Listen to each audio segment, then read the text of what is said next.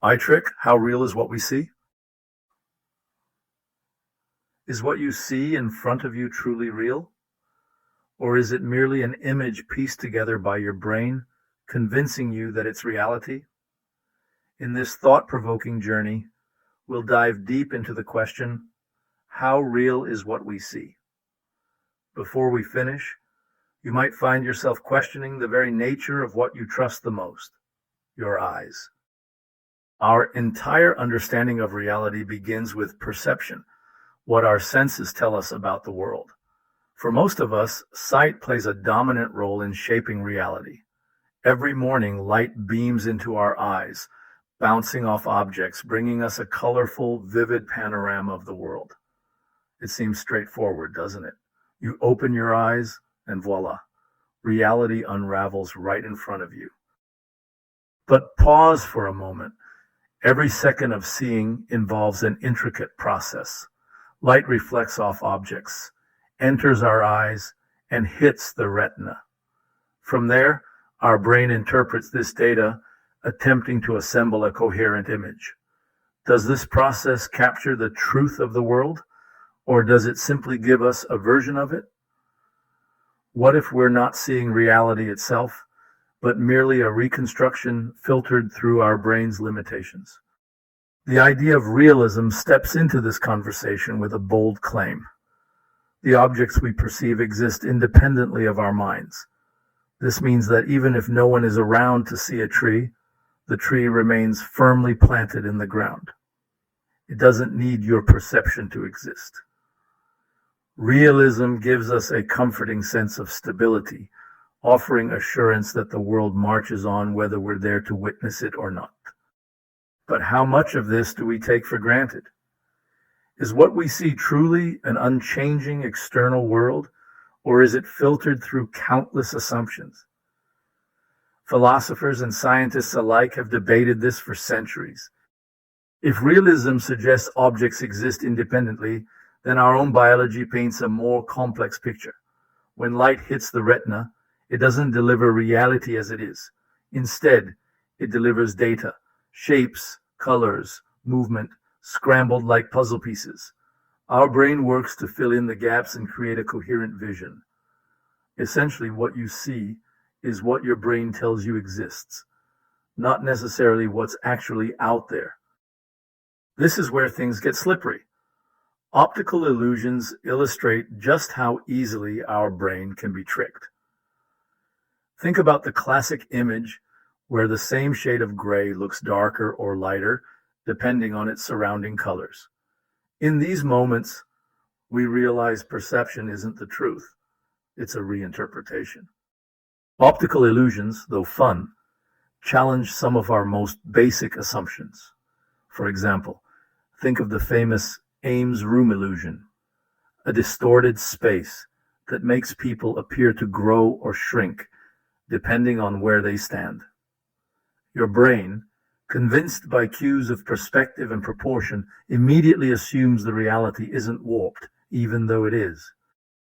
If our senses are so easily deceived, can we truly trust them to tell us what's real? These illusions spark a realization.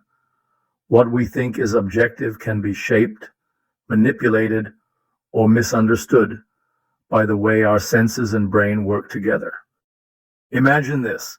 Someone hands you a pair of bright red glasses and asks you to wear them. Once you put them on, everything takes on a red hue.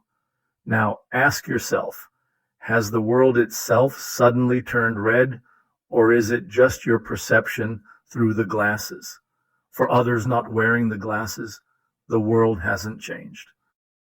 In the same way, we all wear filters without realizing it. Not physical glasses, perhaps, but the mental filters shaped by our experiences, environments, and beliefs. Whether influenced by our culture, upbringing, or biology, these invisible lenses color how we perceive the world.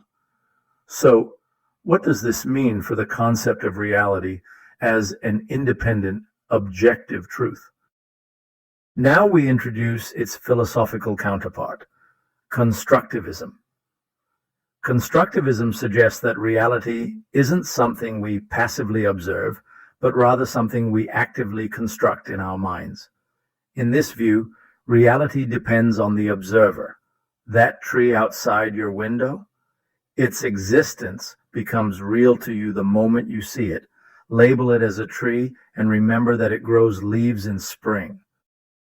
Where realism believes in a world independent of perception, constructivism argues that our minds play just as big a role in creating what we see. So which side of the debate holds more weight? Do objects exist regardless of us, or do we create reality through our perceptions? To explore these arguments, we have to acknowledge a profound truth. Human perception is both a power and a limitation. On one hand, our senses allow us to engage with the world in rich, meaningful ways. On the other, those same senses restrict us to a narrow slice of what's truly out there. Consider colors, for example. Humans perceive only a small part of the electromagnetic spectrum, visible light. Bees, on the other hand, see ultraviolet patterns on flowers that guide them to nectar. For us, these patterns are invisible, a reminder that our reality is not the whole story. Once again, perception acts not as a window to truth, but as a lens, focused and customized. Technology bridges this gap. Through microscopes and telescopes, we have extended our senses beyond their biological limits. We see bacteria that were once invisible to us. We glimpse galaxies millions of light years away. What's fascinating is how these tools reveal a world that we didn't know was real. Without them, is that reality still valid? Virtual reality takes this conversation further, creating experiences that feel real but are entirely artificial. Stroll through a computer-generated forest, and your senses will insist you're in nature. What does this mean for our understanding of reality? If virtual simulations can fool us, how much more might our ordinary perceptions distort the truth? Beyond illusions and technology, countless everyday examples reveal the gap between perception and reality. Take the bending pencil illusion. Place a pencil halfway in water, and it appears bent, though it isn't. Or think of a mirage in the desert. You see water on the horizon, but it never comes closer because it doesn't exist. These small common occurrences remind us not to take perception at face value. Another layer to this conversation is how memory and experience shape what we see. Have you ever been to a place that felt smaller or larger than how you remembered it as a child? Our reality changes depending on how we frame it in our minds. This shows that perception isn't static or neutral. It evolves with how we experience the world. At this point, you may be wondering, why does any of this matter? The importance lies in how much of our life depends on perception. How we interpret relationships, decisions, and personal challenges all are shaped by what we think we see. If we fail to understand the limits and biases of our perception, we risk misunderstanding the world and our place in it. Let's return to one of the most intriguing questions of all. If our perception is subjective and filtered, how can we ever truly know the world as it is? Or more provocatively, does the real world even exist outside of our perception? This isn't just academic pondering. It's a deeply human question, one that connects us to centuries of philosophical thought. From Plato's allegory of the cave to modern neuroscience, the search for reality is universal. Despite all these questions, there's something grounding in our reliance on perception. While it might be flawed, it also gives us the means to navigate the world, make choices, and share experiences with others. There's no escaping perception. It's the foundation of how we live. But what we can do is remain curious, questioning, and open to the realization that what we see isn't the whole story. What if the truth is that reality is both independent and intertwined with our minds? What if the realness of what we see depends on more than just one perspective?